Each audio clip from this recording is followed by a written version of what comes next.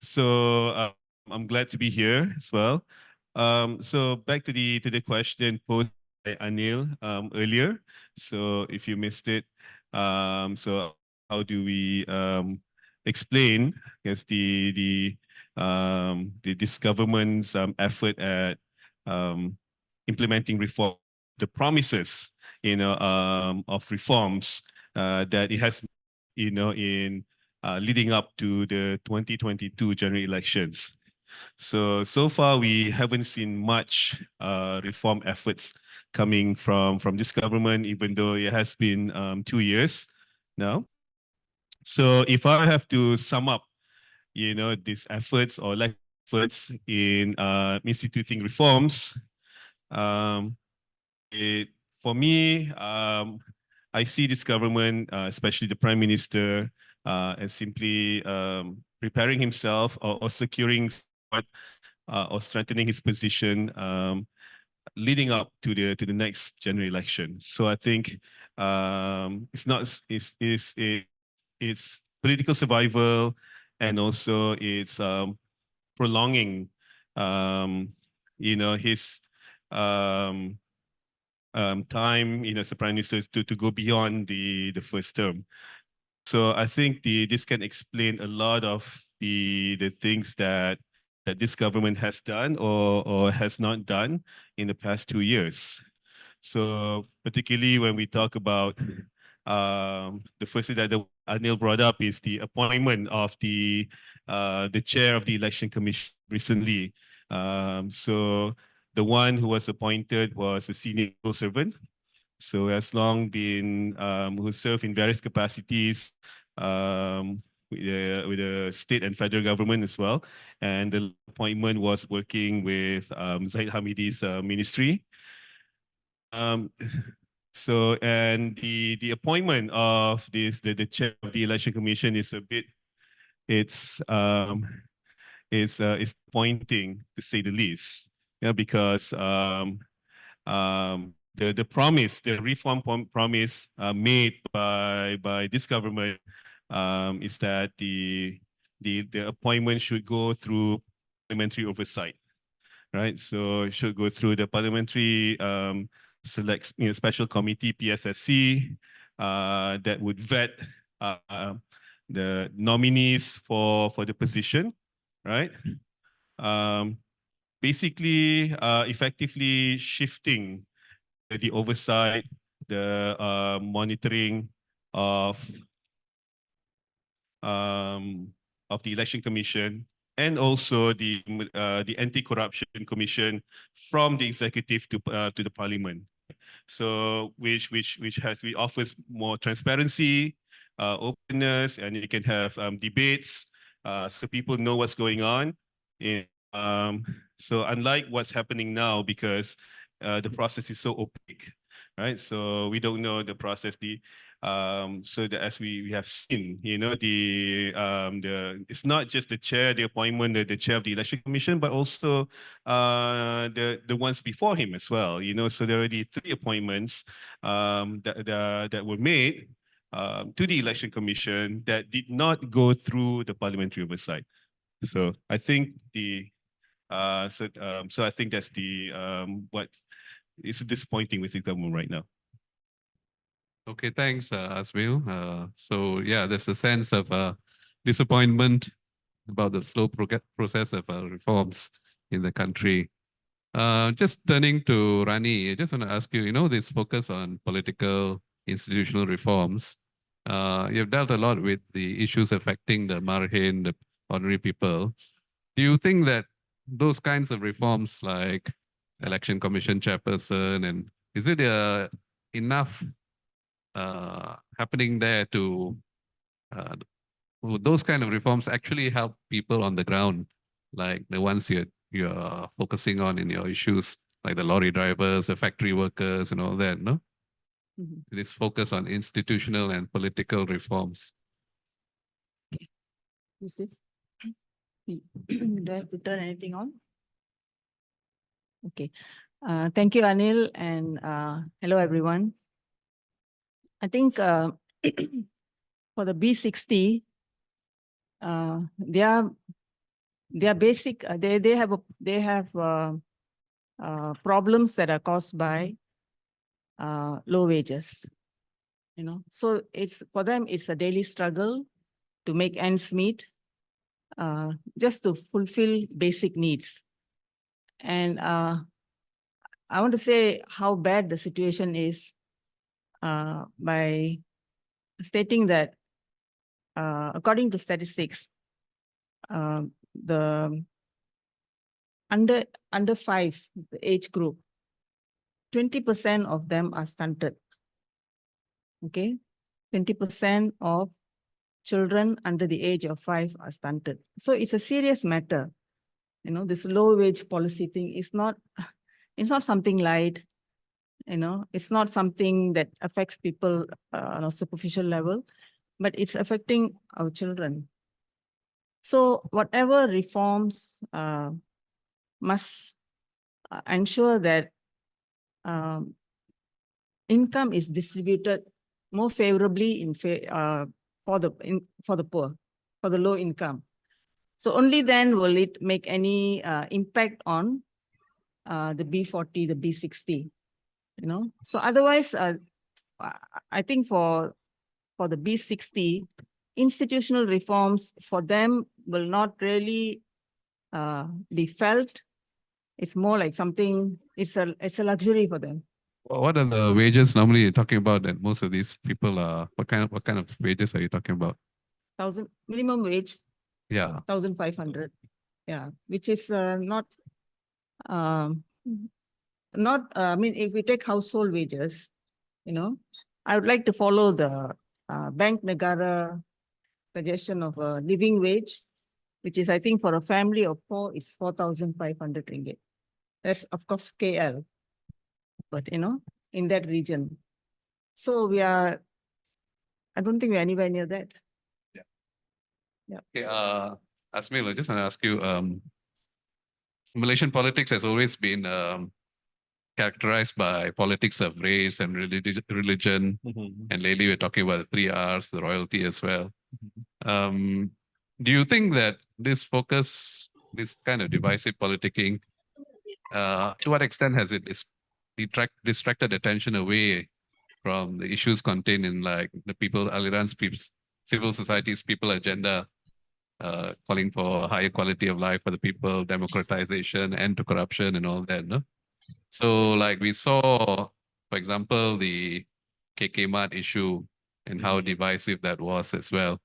And for a while, the whole national attention was focused on these kind of issues. And then the real issues affecting like the ordinary people were neglected. No? So, and it seems that also that Anwar was not able to take a firm stand. Maybe he was worried about losing support from the Muslim voters, which we know is quite low for the unity government. No?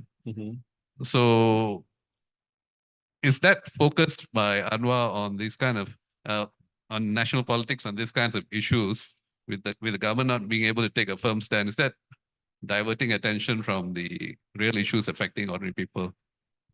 To what extent? What can the government do about it? Okay. Yeah, I think it certainly is. And it's even more unfortunate because the distraction, even comes from his own government as well. You can see the KK Mart issue, right? So the prime instigator of it's the guy, it's the UMNO youth guy, right? From part of the government who's out there flaming, hate and inciting violence. I should say, So I think on one hand, it shows that there's a lack of control, or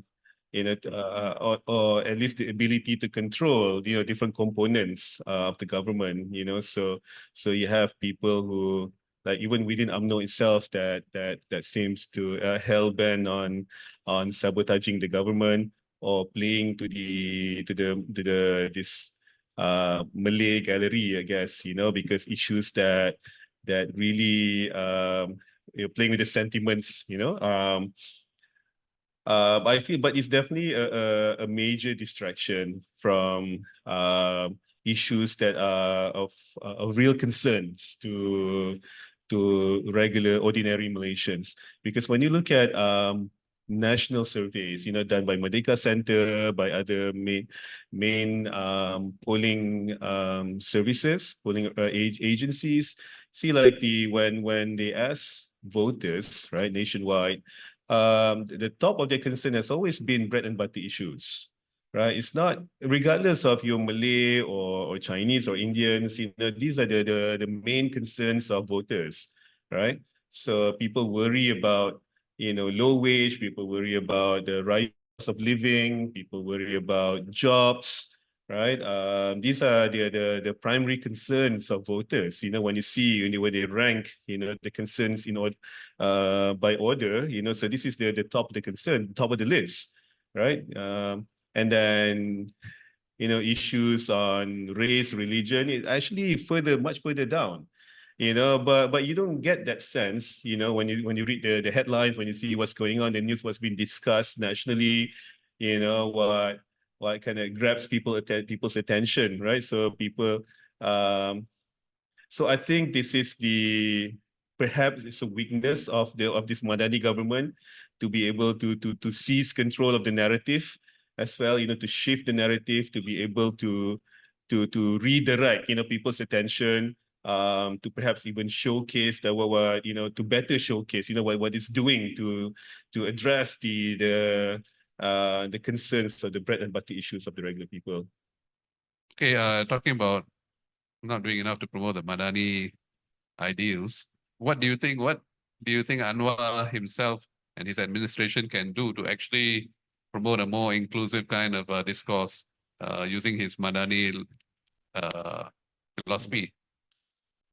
I honestly, I don't see much effort coming from the government because What more can he do? Of course, you're the government, you have all the tools, and the resources, that you can tap into, to help. You have the media, you have, the government to help to push a counter narrative, to push backs against this rising conservatism, this polarization that we see, in our society now.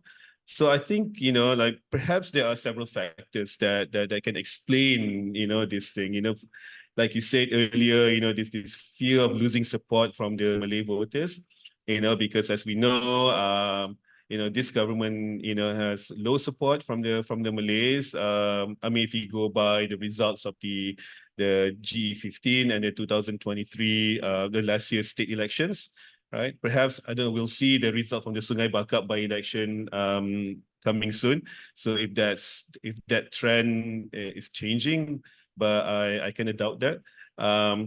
So I think that, and also there's the lack of political will as well. I think, to spend political will on dealing with this, because it feels like it's not really worth taking, because the target is actually now, as going back to what I mentioned earlier, it's all about, if you can sum up, the efforts or lack of efforts by this Madani government, is that, especially by Anwar Ibrahim, is that he's consolidating his position leading up to the G16, which means that trying to get more Malay voters to come on to the government side, right? So at the expense of non-Malay voters. So I think this is quite obvious. You can see, the way that he has been dealing or not dealing with all these ethno-religious, sentiment-driven conflicts that we've been seeing the past 2 years. Says a lot, because like, hey, who are the non-Malays going to be voting for in G16, right? It's not like you guys have, any other choice, right? You're not going to be voting for Perikatan Nasional, right? So you're going to be voting for us. You're going to perhaps, like you can hold your nose and vote for us. If you don't go to vote, then you're basically giving the win to the opposition, right? So that's the kind of this fear mongering tactic as well, right? So I think they feel that they can afford to neglect the non-Malays and then solely focusing on the Malay voters and then allowing this thing to fester, I should say, right? Okay, Rani, just now you're talking about we're talking about the wages, and Anwar has talked about trying to introduce some kind of economic reform through tinkering with revamping the subsidy system. So far, we've seen the diesel subsidies being gradually removed. And now the next one will be the RON 95 petrol subsidies. First of all, do you think this kind of, maybe although the subsidies are removed, there might be exemptions for the lower income group in terms of petrol and fuel prices. But do you think this sort of savings from subsidies will ultimately benefit the working class? And if so, should he continue with this subsidy rationalization system? If not, what kind of alternative to these subsidies would you suggest? Okay. I think this subsidy rationalization, if it's done without prices going up, if the enforcement is properly done, and if prices don't go up, and if cost of living for B40 is maintained, then it will not worsen the situation. But if there's opportunistic price, increase, that definitely will make it more difficult for them. But I think if there are savings from this rationalization, for example, for the diesel subsidy, they're talking about saving 4 billion ringgit. Okay, so if that money is there, what is necessary is the political will to recognize that the poor are poor because of low wages, and this low wage situation is not compensated in other forms. So for PSM, there's one thing we're suggesting is introduction of SOCSO for people of working age who are not in the formal workforce, who are in the informal workforce or unemployed, but in that age group, which we calculated is about 10 million people. Yeah, so the government contributes under SOCSO, just maybe under the invalidity scheme. Yeah, and we calculated that it will come to about 3 point something billion ringgit a year. So if there is a 4 billion ringgit saving from this diesel rationalization thing, then we suggest they do that. But they must remember, they must acknowledge that this is fair compensation for low wages. They shouldn't think of it as welfare, and then it's up to us whether we want to help these people or not. Azmil, you're talking about Anwar's predicament with the Muslim voters and non-Muslim voters. Let's assume that you are Anwar's advisor or you're prime minister for a week. What would you do differently? Sure. So it's an unenviable position to be in. A position I wouldn't want to be in.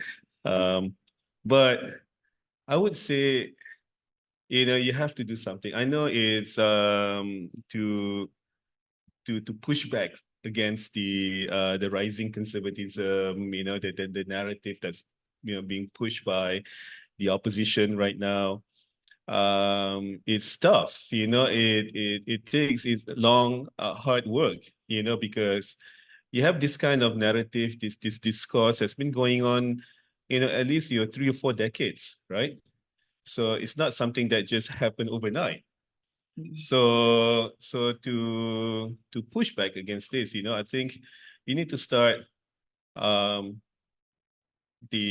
first maybe you can start to recruit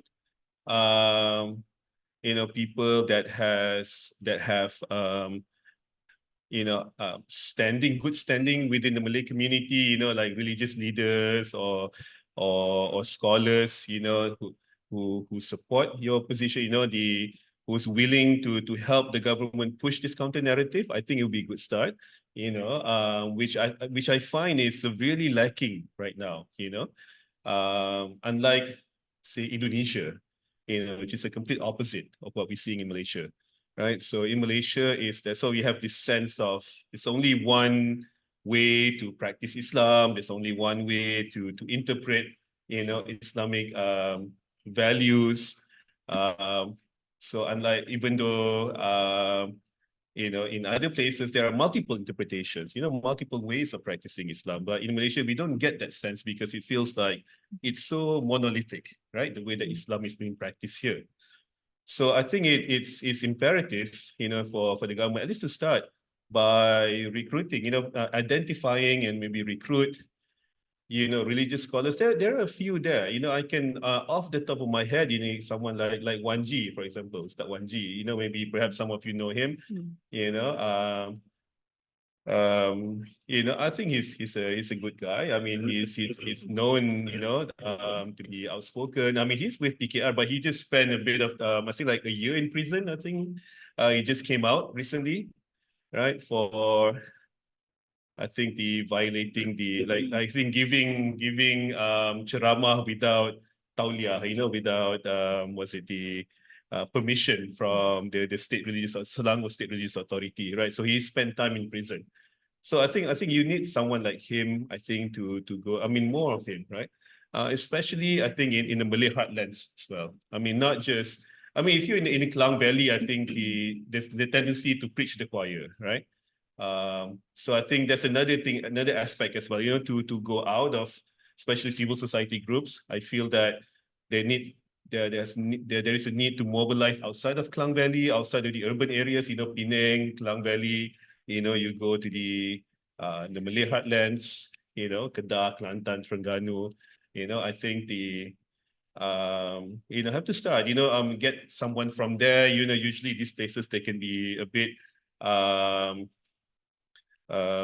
insular, I guess, in a way. So you get someone from there, you identify people like locals, which I'm sure like PSM does this as well, so organize on the ground, you get the locals, to get involved. You always start small, right? You cannot expect to start a movement, immediately you have like thousands of people following you, right? So you start small, a handful of people, and you go there organically, instead of like having someone to parachute in. So I think, but these are all, like I say, this is what the other side has been, the Islamists that have been doing for 4 decades, right? So, and then we're playing a long catch up here, so, but you have to start from somewhere. I think this will be a good start, so to recruit, religious leaders and scholars who are sympathetic with the government, and also to recruit locally grown activists in the Malay heartlands, to help, slowly build the movements and, perhaps, dispel the ignorance and all these things. On that note, Rani, PSM, your party has been working on the ground for the last 20, 30 years on these kinds of issues.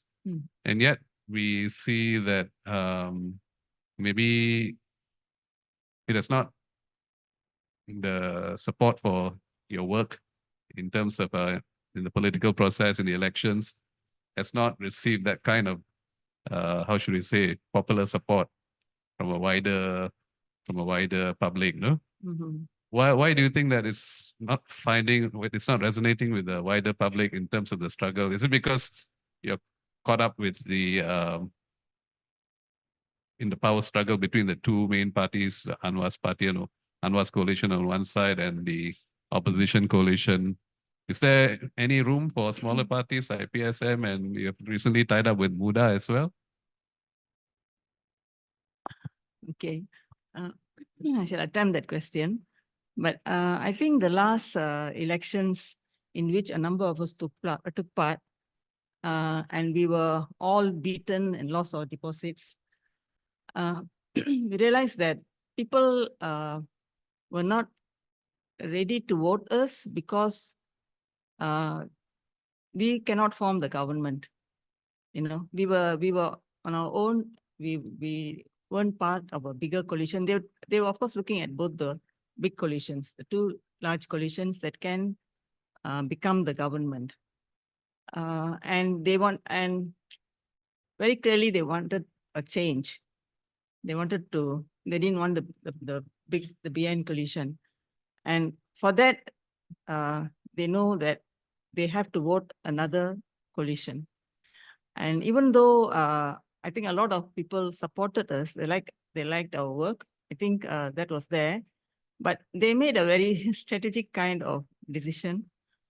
So I think that's a problem. We are small. And even though we have tried to form electoral pacts, the big parties don't really want us. And actually, we don't really mind that because we won't be able to defend them. I mean, if we are in a coalition with them, all the broken promises and the failure to keep up with, the manifestos and so on, and I don't think the PSM could carry that weight, that baggage, it's not something that we can defend. So I think the process has to be slow. I think there is since the elections when the BN was overthrown until now, I think the support for PSM and PSM policies has grown. People can see the difference between us and the normal opposition. Okay, one of the policies which PSM put forward is the universal pension for those who are not receiving pensions. Yes. What kind of response has that received? And as a follow-up on that, do you think that the government has enough money to, given that it has a huge federal government debt, do you think it has enough money to implement policies like that, like the universal pension scheme that PSM is putting forward? See, the universal pension scheme, we think it's the government has to do it because there are low wages, when people are unable to even be able to meet their living expenses, what more save for retirement, And this problem will become even more critical because Malaysia is becoming an aging society, right? Exactly, yes. Yeah. And so it's a totally undignified kind of retirement for poor people, for the low income, who have to depend on their children, who themselves are, they are low income earners. So what we are proposing is a monthly pension of 500 ringgit, universal pension for those without any pension cover. And so we calculated that we have about 1.8 million people in that category, above 65 and above. And that it would cost the government about 11 billion ringgit. Okay. Which is also, I think about 3%, I think, of the budget. And also it'll be well within the subsidy savings if they... Exactly, Yeah. well within that. And actually we are saying that, the government has to be bold and do things like, the problem is that we are in a situation where the government revenue is low. And that's because of the neoliberal system, so corporate tax is down and so on. Mm-hmm. So this cannot, it's I think impossible to sustain, your population, your own population, just even to meet basic needs. If you're going to give in to all those demands of neoliberalism, it's totally inhumane, I think. So we have, PSM has for many years proposed that ASEAN should speak as a voice. with one voice, and put forward demands for which will benefit all the populations, all the countries, in terms of wages, in terms of corporate tax, maybe environmental laws and all that. So you can, you need to demand certain things as well. You need to, you need to put on certain minimum standards, otherwise it'll just continue to be a race to the bottom. So we think that that should be done. And if that is done, then, then it's definitely possible to, if you want to keep your wages low, then you have a pension at least for your people who've had low wages, Okay, Azmil, Malaysia is very much into the capitalist system, open trading nation, and to a certain extent, neoliberal economics as well. But Anwar has in the past, he has talked about, although he believes in the market, he says that he believes in a more human kind of economics, human market, humanized economics. Yeah. And is there room for that kind of policies that Rani has suggested within that framework of a market economy, human market economy that Anwar has suggested in the past? And if so, why isn't he pushing forward policies that would benefit the people and also win votes among the lower income group, many of whom are Malay voters, right? So wouldn't that be a more logical strategy if he wants to win back Malay support?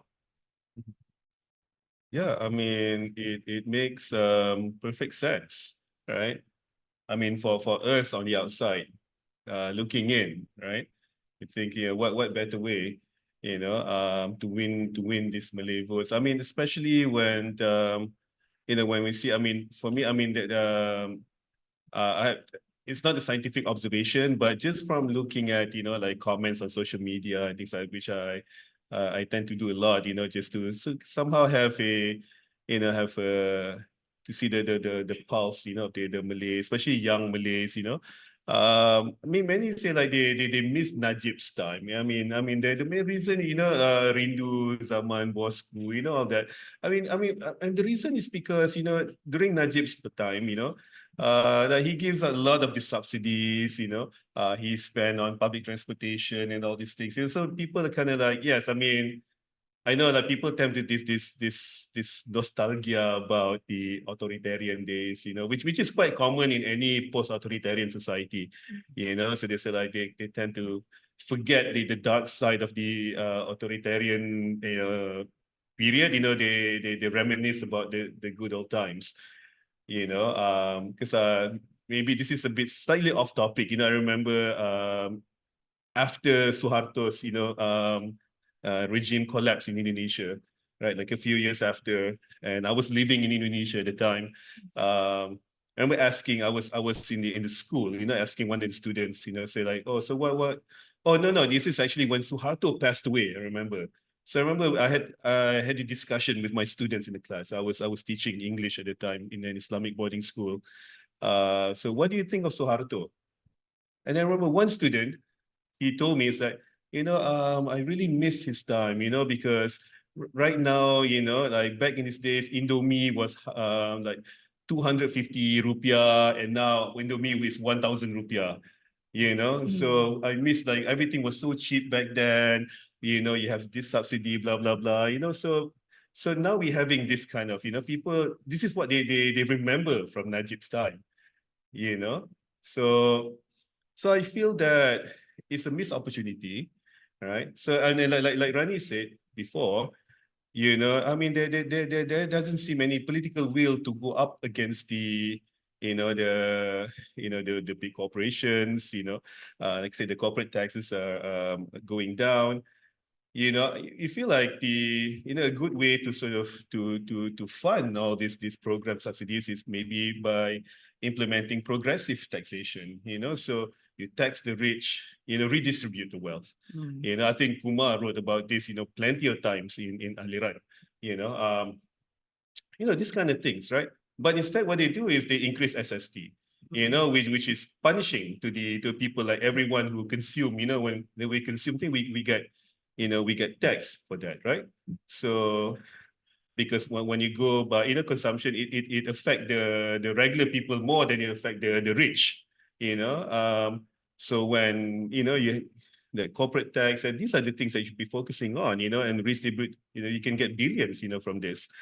Yeah, I mean, like you said, like if you address this, you offer to help to offset, some of the hardships that the people are facing now, the rising cost of living, depressed wage, to compensate to this with these subsidies. And I think it will help, in the cause, at least to take the wind out of the opposition sails, so to speak. So it gives the impression that this government is enthralled to the neoliberal interests. It seems like this is the orthodoxy, that you cannot go against this economic orthodoxy, right? This is the only way to do it, right? So there's no other way. So, and there's no political will to go the other way as well. Yeah. So in many ways, it's also a structural problem because, as you know, the share of labor compared to capital is quite low in terms of the national income, no? So some of these policies which you are proposing will probably be against the interests of big capital and all that, no? So do you think, how do you, as an activist on the ground, how do you actually hope to counter this kind of larger forces at play? Because we cannot ignore the larger forces. And what kind of strategies do you think would be effective in increasing the share of income of the ordinary people compared to big capital? We're talking about structural changes. And the socialists must take over. Yeah. But in the meantime, what do you... I think, okay, one thing I forgot just now to say was that apparently our country loses about 55 billion ringgit a year due to corruption. And this is from the MACC head himself. Came out as an article in the Straits Times about how in a period of 5 years from 2018 to 2022, a total of 277 billion was lost to corruption. So that's about 50 odd billion. So Anwar's government is talking about coming down hard on corruption, right? So that should be money available. Okay. Then second thing is whether they'll put it where it's needed most. Okay. But the other thing is you're asking basically what they can do in a situation like this. See, I think that 1/3 of the problems faced by the poor, the working poor in the country is the failure to access anything that's good for them, policies that are for their protection, workers' protection, for example, even to access those, it is not like 100% that it's all the poor will get it. Let's say the minimum wage, for example, the raise to 1,500, I dare say that there are thousands of workers in the country who still haven't got that wage, and they're still getting 1,200, 1,300 and so on. We're talking about the cleaners and Not only them, the cleaners, maybe because I work with them, so I am aware of that. So that is under the government premises, in government premises that's happening. How about in the private sector, in the completely private SMEs and all that? So what's happening is that every time you bring this up, it's like enforcement is terribly weak. There's no labor inspection or very little. And when you ask about it, they say that there's not enough allocation for enforcement. Yeah, and that's to the detriment of the poor, of the low income, because it's a situation where you can't form unions. The rate of unionization is only 6% in the country. And and there's no labor inspection. And the person who goes and makes a complaint at the labor office is sure to get, get victimized. So there's a lot of unhappiness, a lot of a lot of exploitation, cheating taking place. Labor laws are not followed. People who are entitled to annual leave, for example, don't get it. Overtime is they are shortchanged in, for the overtime hours that they work. And a lot of workers then suffer silently, because there is no enforcement. So so Rafizi can do things like that. If he cannot think of out of the neoliberal box, these are things he can do without upsetting any capitalist, So apart from that, also things like he can do, the contract system.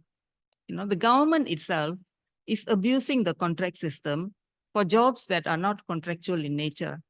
For example, the work of a cleaner, a school cleaner, for example, or a hospital cleaner, the work will be there. It's a permanent job, as long as the school is there or hospital is there, cleaning is going to be there. You need cleaning. You need to clean the place. So a cleaner's job is a permanent job. But then the cleaning contracts are every 3 years once. Every 3 years they change the contractor, and the workers are treated as new workers. So these contract workers can work for 20 years, but they are still basic, they're still on a basic salary. And there is no seniority as well. So it affects everything, from their annual leave entitlement, from their contribution to EPF, SOXO. Everything is held at the very basic, and so the thing of lifting people out of poverty, you don't see that it's pushing people further into poverty. It's further impoverishing them. And this is in the government hospitals, and all government departments, where they have a middleman, a contractor.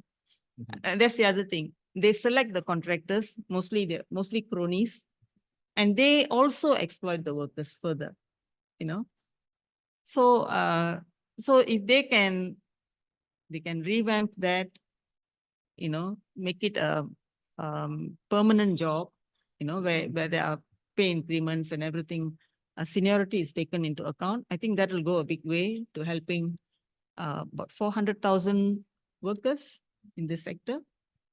And apart from that, if we take housing, they can build more PPR schemes for people to rent at those who cannot afford to ever buy a house.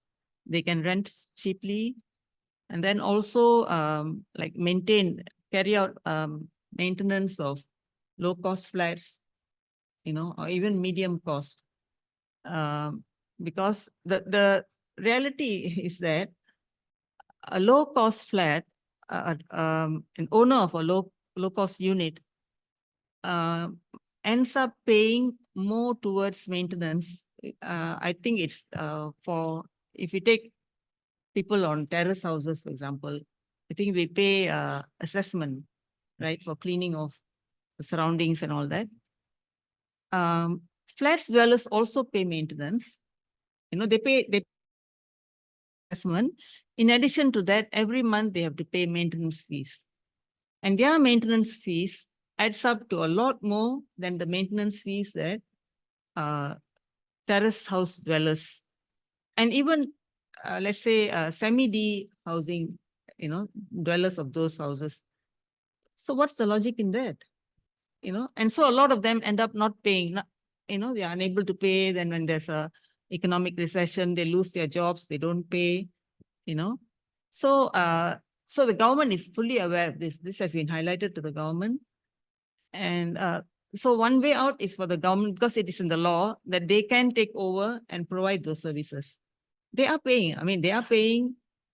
They can use the payment, both the assessment that is already deducted from them, as well as the maintenance fees that they are expected to pay, the minimum, and take over and do it. That's another one. And also very important is, currently our undocumented migrant workers, they are a huge number. They are like, we think it could be more than 3 million undocumented migrant workers in the country who can be really bullied because they don't have documents. And so their wages are, you can pay them anything you want. You can treat them any way you want. You can bully them. And so the presence of this army of undocumented workers pulls down the bargaining power of local workers. So for local workers, it's always, if you want to work, work. If you don't want to work, go. You know? So we have been asking for a comprehensive policy on labor migration, a national policy. For years, we've been asking that so that they can control recruitment, bring recruitment under the government, under the HR ministry, because right now the recruitment is horrible, right? Yeah. People make money out of recruitment. So the numbers coming in are not controlled, and that affects our workers. So to be fair to both our workers as well as migrant workers, they have to do a policy like that. Yeah, I'm glad you brought it up. Migrant workers are a big issue in depressing wages in the country, and both sides lose in the end. The migrant workers because of the way they're exploited, and the local workers because of lack of wage increase. We got a question from Andrew. I think I'll direct it to you. Isn't the refusal to undertake institutional reforms really due to the fact that PH component parties are all caught in a web of political electoral donations from wealthy capitalists? In other words, they are all captured and thus refuse to address issues that will hurt their donors. And he says that an explanation that suggests a lack of political will. Hang on. Maybe you could address that first. Okay. Yeah, it's the kind of question that we can expect from Andrew. Okay. He says that an explanation that suggests lack of political will is a very weak explanation for no institutional reforms. We need to be more analytical here to dissect what really is preventing this government from acting to fulfill their electoral promises. Sure, of course. And he says that political distractions will always exist. It is not a good enough reason not to undertake institutional and socio-economic reforms. After all, even racist and religious bigots will welcome higher wages, improve education, healthcare, fairer electoral procedures, improve quality of lives, and so on. No? Okay. And finally, institutional reforms must also be undertaken in political parties, which presently are too top-heavy, authoritarian, and mired in patronage. Nearly all our political parties are elitist, undemocratic, and too beholden to big donors. Okay. Without free, fair, and open choices, discussions within political parties, we end up with MPs whose main claim to fame is their personal sycophancy to their political leaders instead of being informed and competent lawmakers. So why haven't the political parties within this reform government just reform their own political parties? Yeah. So yeah, there's a lot to unpack. Okay. So one of the things that Bersih is doing right now is to push for the Political Funding Act, right? For the Parliament to pass the Political Funding Act, which we have none right now, right? So we have no regulations, no law that regulates political funding in Malaysia. So if you, for example, if you see some political advertisement or some kind of, anything, right? So especially the one that incite hate and violence and things like that, and you don't know who's behind that, right? So if you have who's sponsoring that kind of that advertisement, right? That this campaign. So if you have a political funding act, it would force those who are advertising politically, campaigning, and to put the name, the sponsor, to have more transparency. And also right now, when you have the auditing is only done during the campaign period, right? So, and then basically the election commission doesn't even look at you just you give you submit your paperwork and that's it. They just assume that okay, everything's in order. So there should be a closer audit on the expenses, and not just during election year or during campaign period, but also off election years as well, right? So and then offer public funding, for smaller parties as well, so that you can level the playing field. So I think these are some of the things, to basically to offer more transparency in the system, which is currently so opaque, and can be easily abused by, by the economic elites, these people who are sponsoring the political parties, so if you have a way to track, the comings and goings of the transaction, the money, and and all that, and also offer support, for smaller parties, I think it helps. It goes a long way. So I mean, at least it's a good start. So I mean that's what we're lacking, So you cannot see like who's actually pulling the strings, behind this. And of course, I mean, if you talk about individual political parties themselves, I mean, of course, there's has to be serious reform. I mean, definitely like Andrew mentioned, in the comment in the chat, it's top heavy right now. So much focus is on the president or the top leadership in the party, so that gets to decide, the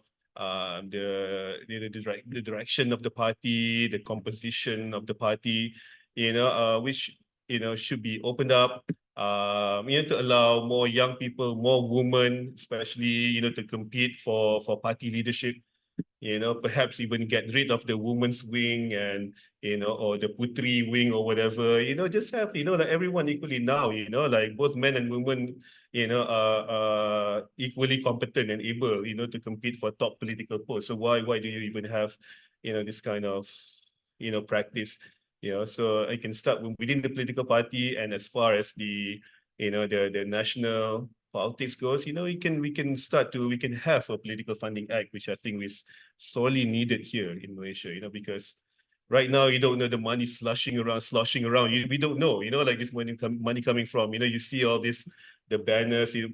I mean, of course, we know political parties have their businesses as well, right? But then, there are, these powers that be also behind that controlling, then making sure that the status quo remains, especially the neoliberal status quo, things that don't really shake up the system much, so keeping everything as is. So I think any effort that can introduce more transparency should be welcome. Rani, just now, one of the things which we talked about is the targeted subsidies and whether the savings can be translated to the poor. And you mentioned the low wages, and the minimum wage is 1,005, and the living wage can be anything up to, depending whether it's a couple or family, can be anything up to 4,000, 5,000, 2,000 plus to 4,000, 5,000, 6,000 ringgit. No, that's the living wage. But in the past, we have seen how there's so much difficulty to get even 100 ringgit increase in the minimum wage. How are we ever going to reach a living wage, given the resistance from employers, and how would we do this without affecting foreign investments into our country, which we seem to rely heavily on foreign investments? Is that a good thing? Could we not promote domestic investors as well? What do you think? I agree that each time, even if you ask for 50 ringgit raise, you're going to get there's going to be a big outcry. They're just not willing to part with any bit of the profits that are made. But also, I think in the longer run, this thing we talk about the ASEAN, standing and asking for, certain wages, the living wage, for example, I think that kind of fight is important, for us to get some kind of decent wage. So, of course, we are not yet thinking of the living wage, bearing that in mind, right now our wages are 1,500, and then we haven't got the new minimum wage supposed to be announced, but it is really dragging on, this year. So actually what we are proposing is 2,000 ringgit, which definitely will get howls of protest. But that is what like MTUC is asking for, and PSM is asking for the same. Yeah. And then will it be Of course, it will not be easy to get, but we have to have, we have to have a certain target and we have to fight for it. Then we might get something. I'm not sure whether we'll get anything near that, but we cannot ask for just, it is what people deserve. It is what they deserve, what is sorely needed. Yeah. Yeah, we got a question here for you from Rani, from Andrew. Andrew. Isn't PSM focusing too much on individual issues instead of offering the electorate a refreshing vision of the future? In other words, isn't PSM overly focused in addressing important issues at local levels, but failing to offer a big national picture that inspires increased voter support for PSM? So the local level, how do you translate all the work and the issues that you've been championing to a national vision for an alternative vision for Malaysia, no? I don't agree with Andrew, because we work at the grassroots, and as we do work at the grassroots, talking about, of course, we talk about wages quite a bit, housing, and so on. But we also touch on needs such as transportation, alternative energy, healthcare, and so on, and these are national issues. We have policies, we have for all these, maybe not all, but many of these aspects of living. You need to have policies so that people have a better life, right? So if you take housing, we have housing policy, we have proposals for housing policy, we have health, we are against privatization of healthcare, which I think is to the benefit of 80% of the population. We have policies on the environment, on climate change. So I think we are not focused, we're not just doing grassroots work confined to the locality. I think it's broader, and we do make representations to the government and parliament, to say they are AG's chambers, multiple times in Putrajaya and all that. And those are very often not just local issues, but for issues on a national scale. Yes. We got a question. I think we're moving to questions now, and you all can think of other questions. You can have questions from the floor after that. Question from Louis on Zoom. To what extent is Anwar's ability to carry out the PH manifesto reforms affected by his dependence on UMNO? Yeah. Holding it back? Is that the main thing holding him back? I think when you look at the composition of the Madani coalition right now, the importance of UMNO is not that pronounced, right? Because the number of seats that the government coalition has is more than just simple majority, right?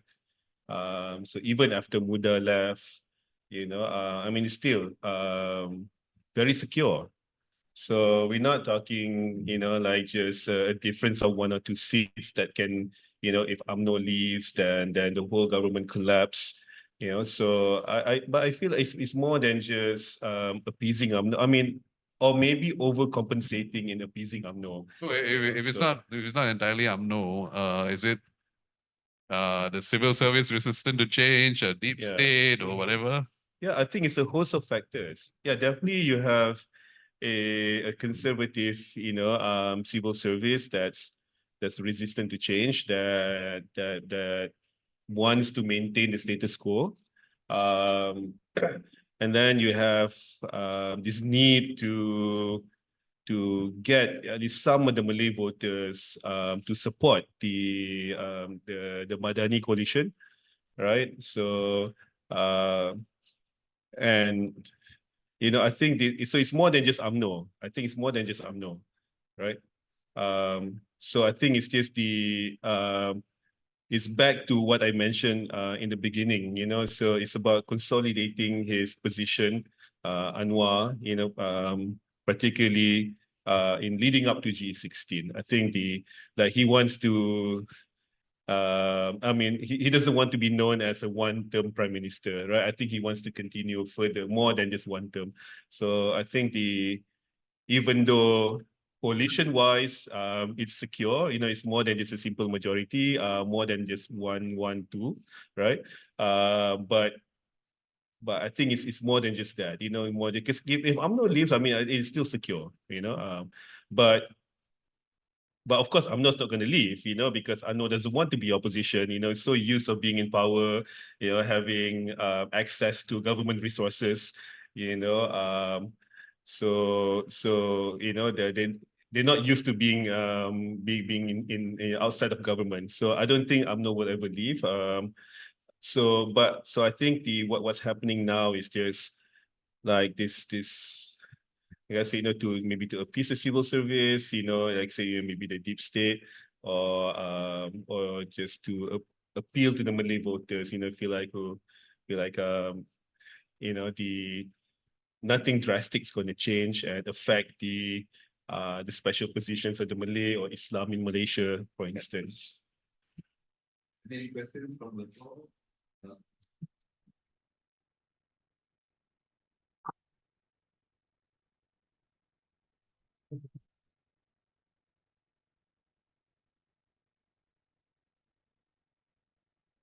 Hello, hello. Okay. The question is for Azmil, right? Mhm. The the question is a little bit political science, meaning a little bit theory, Mhm. theoretical. The whole resistance to reform is stemming from, according to you, from the perceptions within the unity governments that they do not have the majority support of the Malay Muslim conservative base, right? Mhm. But this kind of perception is stemming from polling, not polling, the electoral results. Mhm. 2022, right? December, November or December? November. November 2022. Yeah. But I don't think we have a comprehensive polling results. No, polls that show that current supports. Mhm. Am I right? Because I recently read opinion piece from a university lecturer that say that Malaysia do not have institutions that systematically quarter by quarter, or at least mid years, 6 months to 6 months poll results. We do not know how the government polling. So that's why every time the by-elections, post by-elections, there is also there will be always someone from opposition or the governments that claim that the by-elections interpret as such. Like for example, the KKP by-elections, the Pakatan Harapan claims that they have regained their electoral strategy is effective, to not pandering to the racial rhetoric, is working as such. But looking at by-elections to interpret as such is not scientific, right? So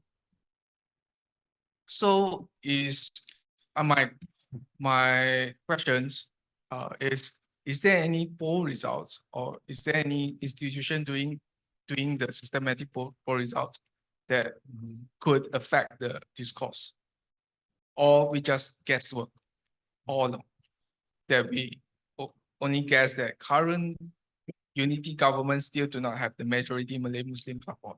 Yeah. So second, it's a little bit associated with the first question. The second is about how can we push the government towards reform agenda, right? So when we look at Sabah Sarawak regional current Sabah Sarawak regional interest is becoming more mainstream, right? They have occupied the front page of the news quite some times now. But previously, I think pre 2018, before the second Mahathir regime came into power, the Sabah Sarawak interest issues is not gaining any foothold. But what changed then? What have changed then? Now their regional interests have become more assertive. Those championing the issues actually get a little bit something. Is there anything that we can learn from this shift towards accepting their point of view to drive our reform causes? Maybe because it's not about the people in the power. It's not because of Anwar or Muhyiddin or Ismail Sabri. It's about the political climate, maybe. Yeah. Okay. And maybe because how should I say, it's not, maybe stability of the federal government is not a good thing. Maybe the government should be a little bit maybe minority governments, or they need to be more careful about their positions in order for that to change or not. I'm not sure. Is there any evidence towards which kind of governments is most likely to be reformed? Yeah. Okay. All right. Thank you for those the two questions. So the first one, when it comes to polling, right? I mean, there are a few reputable national polling agencies or organizations. I mean, the first one, of course, the Merdeka Center. So Merdeka Center does, I mean, it doesn't do like monthly or even every 3 months, you know, but it does do on a national survey on a regular basis, you know, at least 6 months or a year, 1 year after, or after 100 days.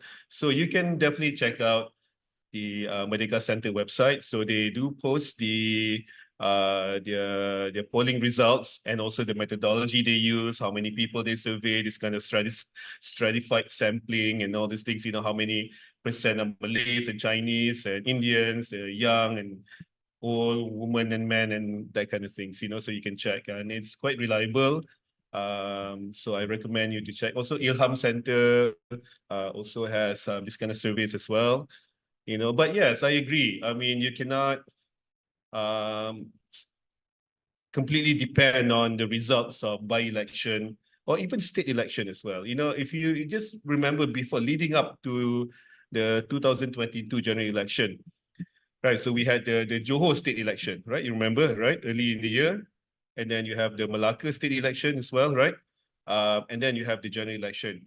So, you know, you have to look at the Johor state election. I mean, PN did really, really bad, right? And in Johor. I mean, of course, Johor is an UMNO stronghold, right? PN stronghold. Right, but nobody gave PN any chance. So they go by the Johor state election. They say like, oh, PN is not, it's going to be wiped out, you know, in the 2022 general election. But look at what happened, right? I mean, everyone was in for a shock on the election night. It's like, oh, you know, nobody expected PN to do that. Well, you know, people look at the green wave, like suddenly cascading down from the northeast and north down to you know, further south, right? So nobody expected that, you know, because they simply went by the Johor state election results. They say like, but then when you look at the Merdeka Center survey results, you know, leading up, so I think at the time Merdeka Center did like almost every day they do this, you know, very frequent, right? The Malay voters who were on the fence were actually quite sizable. So these are the Malay voters who I mean, it's not that they're undecided, but for some reason, I mean, this is the theory, right? Because there's no way of proving this. They were almost ashamed that to say that they support PN. So they don't want to divulge that to those people the pollsters who asked them the question, so who you're going to be voting for in the election. So they're like, oh, I'm still undecided, I'm on the fence, even though deep down they know they're going to be voting for PN. So this is I remember having this discussion at Merdeka. So I actually spent the election night at Merdeka Center, like watching the results coming in.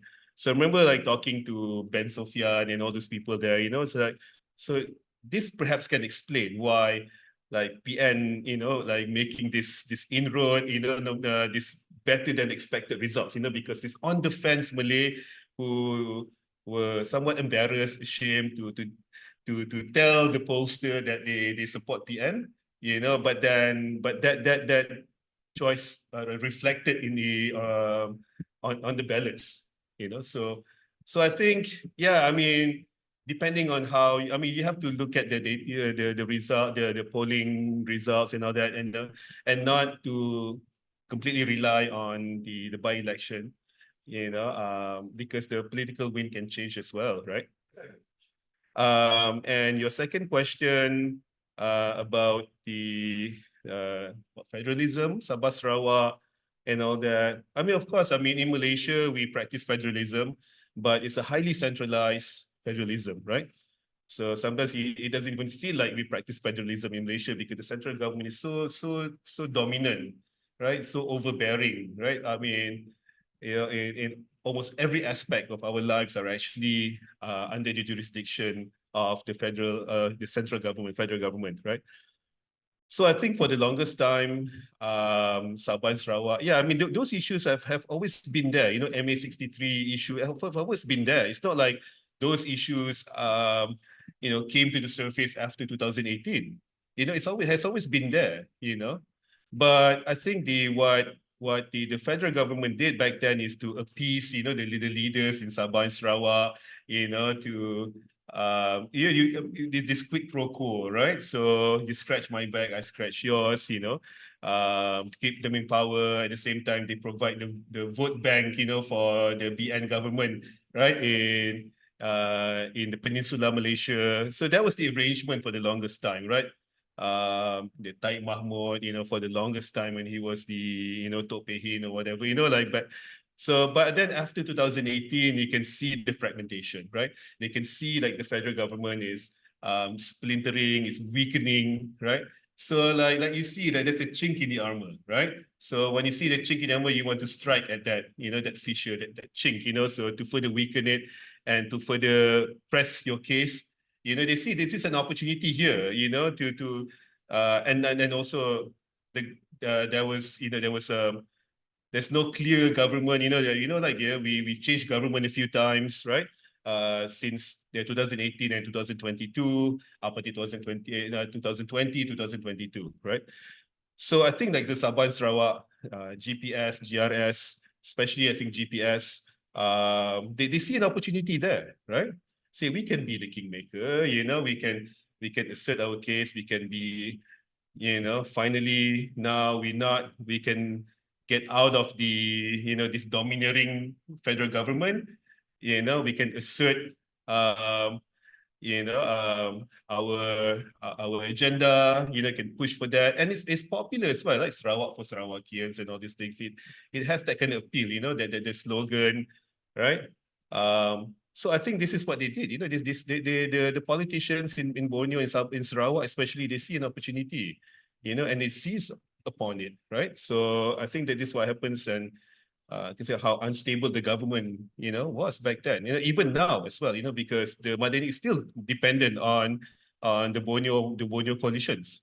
So to the point where, for the first time we have a second deputy prime minister, right? So especially from Sarawak, right?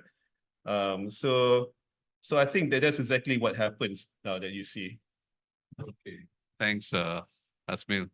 Going back to Rani about the minimum wage and the living wage and all that, no? So Andrew sent in another comment. He said that the irony is that our civil servants are not against higher wages because they just they're very happy with their 13% pay increase.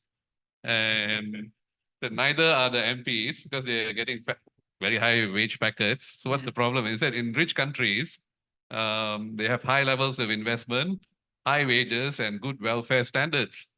So why is it that in Malaysia we are finding that our workers are paid so low in terms of factory wages and minimum wage and not enough for a living wage? What's going on there? Is the government can the government do more to rein in the fat cats in the private sectors who profiteer from on the back of these low wages? What do you think? Okay, I think this low wage economy and our dependence on foreign investment, I think that is a very big factor. And there is the competition among the ASEAN countries for FDI, which is always looking for cheaper, cheaper way of doing business. So I think that we need to do this from an ASEAN perspective, approach yes. it from an ASEAN perspective, and maybe the ASEAN Secretariat also can look into this, no? Yes, Yeah. yes. But it has to, the initiative has to, we have proposed it many times, but with small party. Yeah. So it's for them to, I think one of the leaders of these countries has to be bold enough to think differently and come up with an idea like that, suggestion like that. Yeah. So, because of course, this part of the world, we are having a problem of trying to attract investments based on Yes. the low wages. And when that's not happening, they move to Vietnam and Yeah. Cambodia and places like that. No? Yes. Race to the bottom. Yeah, yeah. So it's quite a bit unlike the Western industrialized economies where they rely on maybe skilled labor and other factors there, the skilled workforce and that kind of thing. No. Any other questions from the floor? Yeah, sure. Pass the mic. Is it on? Frankly,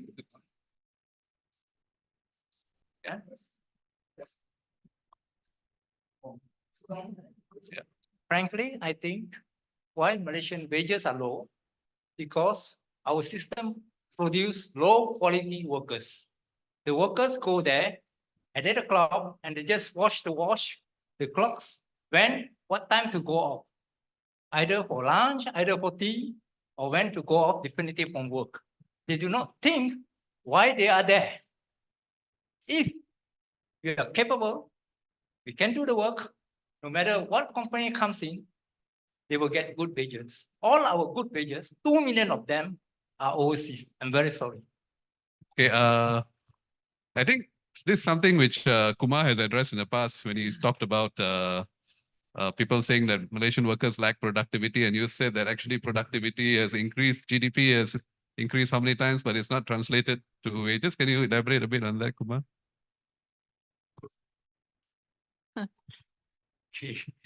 Yeah, actually, if you look at the calculations from 1970 to about 2020, in the 50 years, Malaysian GDP in real terms increased about 23, 24 times the actual wealth of the country.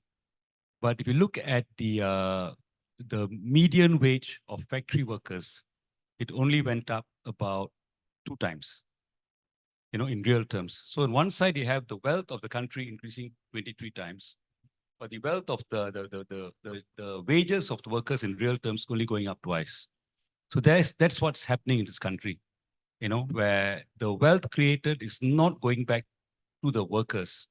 It's either going to local capitalists or to foreign capitalists, the MNCs, who benefit from the increased wealth, but it doesn't go to the workers. So that's the point. So that means that there is a great increase in wealth created in the country. And the amount going to government also has come down. I mean, the government tax, government revenue as a percentage of GDP was about 30% in the 70s, early 80s. Now it's about 13 to 15%.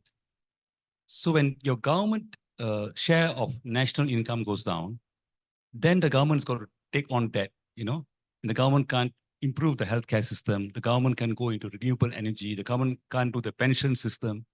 A lot of things the government cannot do. Like the government knows these things are good, but because of the budget deficit, they can't do so many things. But that's because the wealth of the country hasn't gone to the workers, hasn't gone to the government.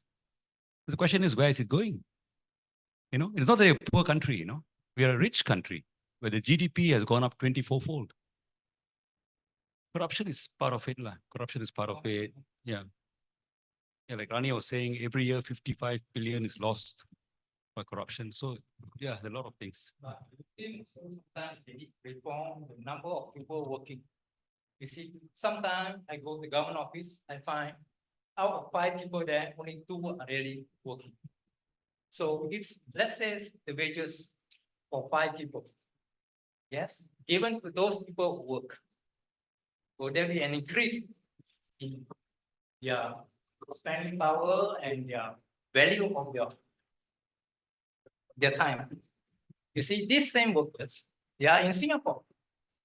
You see, the 2 workers, they are working in Singapore. And the 3 of them will be in Malaysia.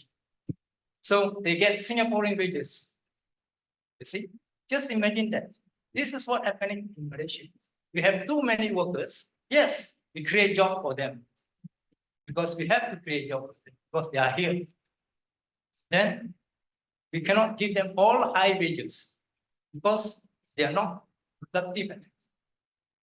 We have computers, we have everything to cut down the numbers of workers, but we still maintain them because we got to keep them.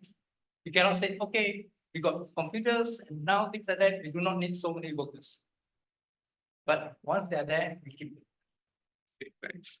We got a question from Mary to both Azmil and Rani. Do the changes and improvements made so far by the Anwar administration, even if it's slow and minimal, do they merit continued support for this government, especially since there seems to be no other credible alternative? Or is there one? Yes, what are NGOs, civil societies, and PSM not doing right that we are unable to bring about significant change? And she's also added the comment to this: productivity is increased, but workers' share of profits has not been concomitant.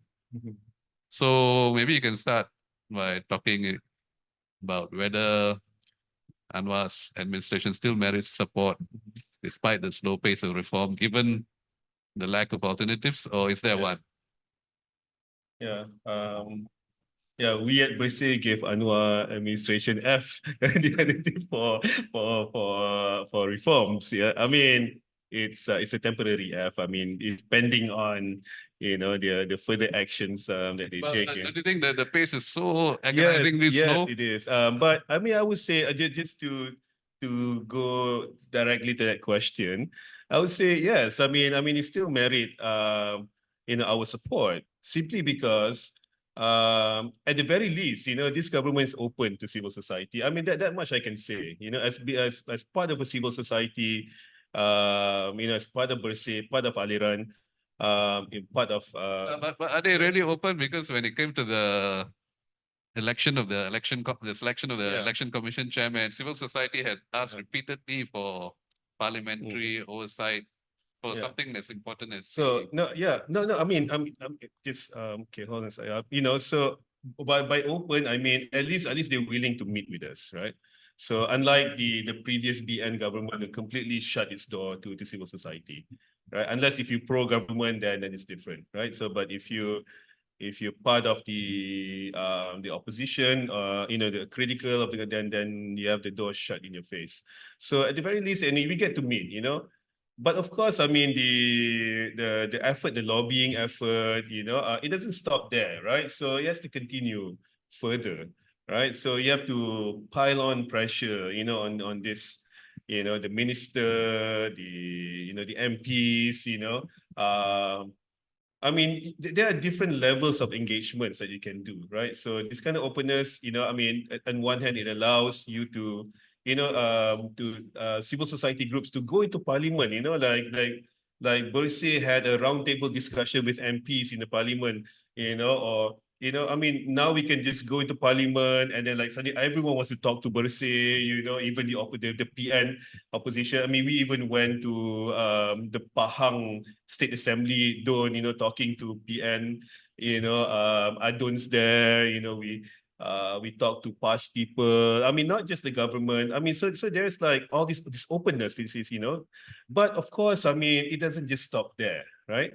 So there has to be way to pile on the pressure, including, you know, engaging in direct actions, right? I mean, if it needs be, you know, go to the streets and protest, right? So I mean, it's a means of exerting this pressure, you know, because you cannot just, you know, go and meet the policymakers, you know, the MPs, the ministers, and not making them accountable, right? So I think this is another you know, so there has to be ways that, okay, you know, like if you don't go through with your promise, you know, so there will be actions taken, you know. So I mean, Bersih already, you know, we had like small protests in front of the opening of the parliament the other day, you know, in front of the parliament gate, and then there's another one organized by Swaram as well, right? So this next week, so all these things are going on. You know, I mean, it's not just Bersih, right? So I mean, we work with we're part of this about 70 endorsing NGOs, we're part of this coalition. So I think the work still continues. I mean, engaging with policymakers, MPs, ministers is just one aspect, you know. But I think the fact that the government is at least open enough to meet. I mean, whether they carry through with their promises or things like that is a whole different matter. But I think there has to way to keep them accountable, you know. So, but for me, this is a big difference, you know, between the previous BN-UMNO government and also this current government.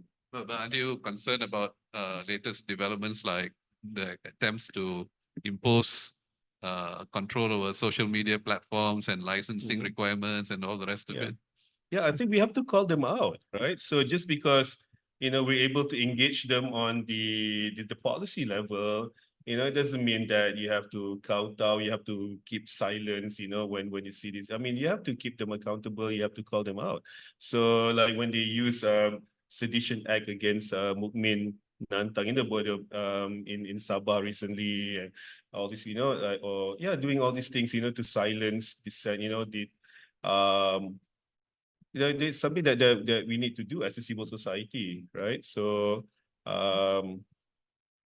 sometimes, I mean, you can still, I mean, I wouldn't say friends with them, you know, but you can still engage at a cordial level, you know, definitely not antagonistic. So I mean, that one I can say, you know, but definitely cordial, you know, but at the same time, you know, it's not like all kumbaya, you know, so yeah, you know, yes, I mean, fine, we engage you, but at the same time, you know, we're also willing to go and, you know, to engage in direct actions. So we call you up, we issue press statements, we criticize you, we even give you F on our report card and all these things, you know. So yeah, even though I mean they're angry at us, you know, it's like, you know, some perhaps don't even want to meet me per se again maybe after this, you know, but that's the, you know, so we just want to tell them that, you know, But Rani, I don't think PSM has that same cordial engagement with the MPs, do they? And Mary is also asking, what are the NGOs and PSM and others, maybe other smaller parties like Muda, what are they not doing right that we are unable to bring about significant change? I think we have to be realistic, you know. Like I said earlier, we need to present a third choice, you know, a third choice, a third force. It's a credible one, something that people would which would present the alternative of a possible government, you know, not just a good party, you know, that by itself is not enough. So that takes time. And I think more people should, I think there's a tendency for people who are concerned about justice and so on to remain distant and aloof from initiatives taken by groups to try and change the status quo, to try and change the system. So I think we have to take sides.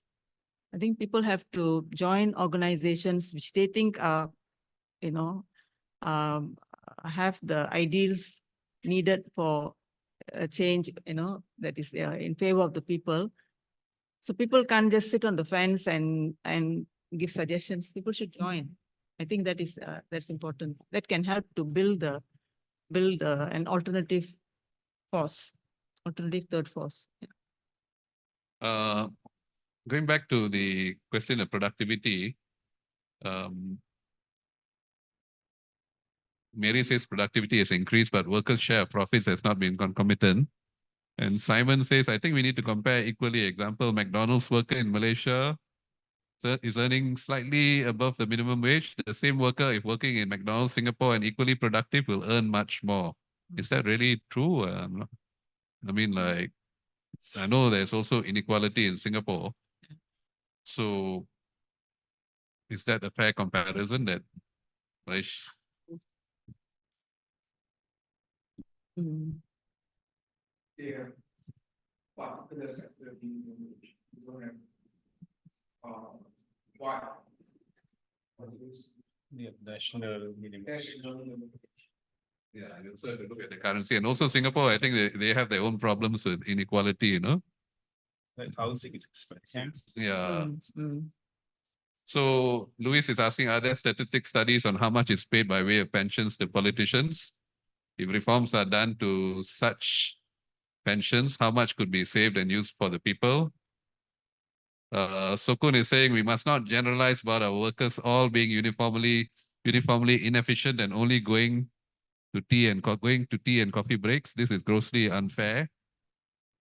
Evelyn says, hang on.